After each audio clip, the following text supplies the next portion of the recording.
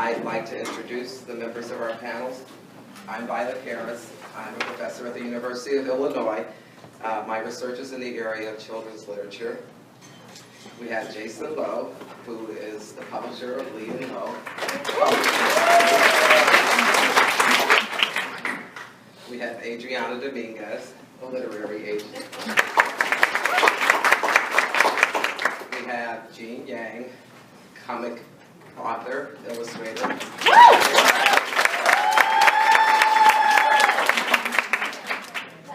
And we have K.T. Horney from the Children's Cooperative. I want each of our panelists to talk about a myth that exists with regard to diversity in children's literature. Well, there are so many myths that we can select from, and the one I chose to do has legs, and they extend tentacles, maybe.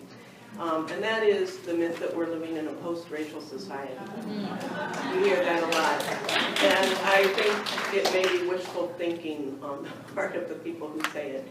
I was recently at a YALSA conference, an institute, and one of the things that really, really pleased me about the institute was how diverse most of the panels were, and it was just great.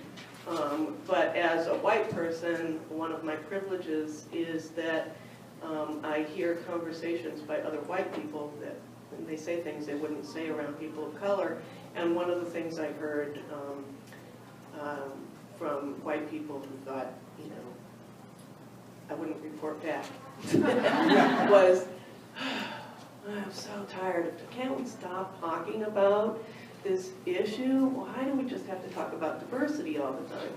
Well, we know the reason we have to talk about diversity all the time is, first of all, it's a diverse world, and second of all, we still need to do so much work.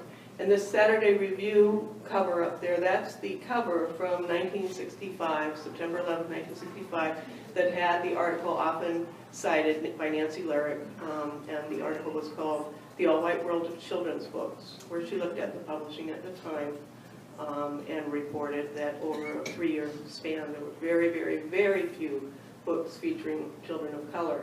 And this is one of the tentacles on the myth, and that myth is that this is what started it all.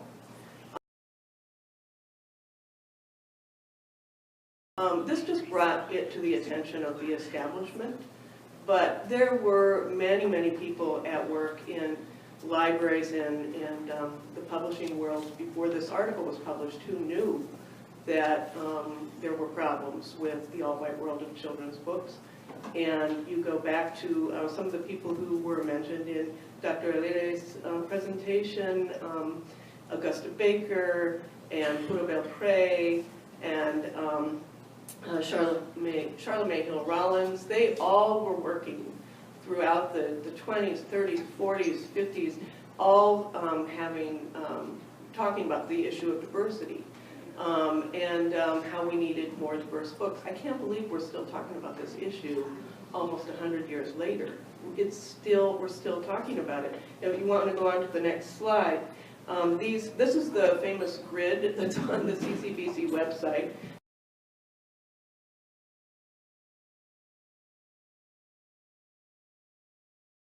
That shows the books by and about people of color.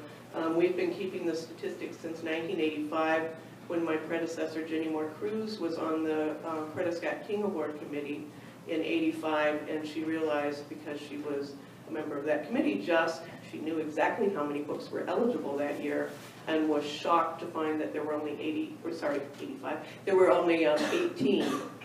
And we decided to publish that statistic in our annual listing of the best books of the year. And the following year, we did it again, 18. We wanted to document it. And then we began getting requests for books by and about people of color, Latinos, American Indians, and Asian Americans, Asian Americans. And so because we get pretty much all of the trade books and a lot of the small press books published for children, we're able to do that. We just keep a tally throughout the year and put it on our website. And what we see is there was a little improvement after 1985, it went up a little bit, and then it's plateaued, and it's been on this plateau for now about 20, 25 years.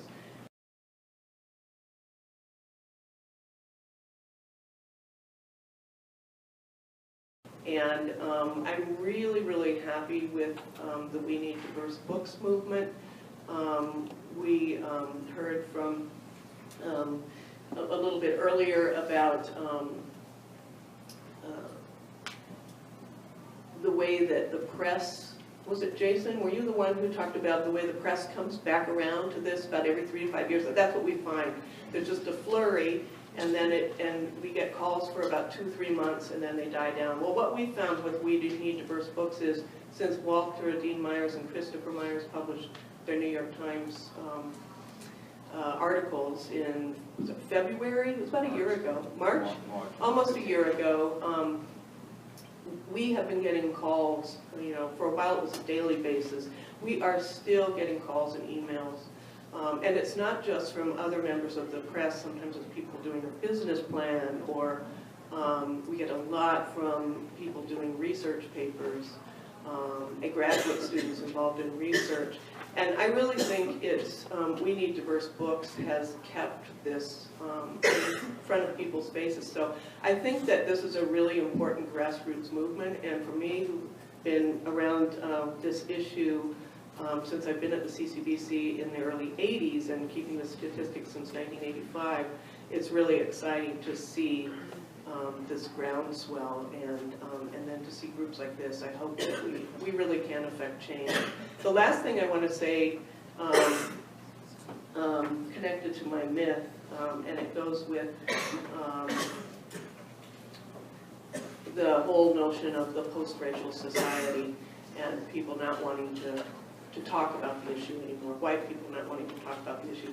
You have the other side of the coin, which is white people wanting to talk about the issue, which is good. But I would really encourage, first of all, I commend the white people who are here today, but I also I would encourage you to listen to listen to people of color.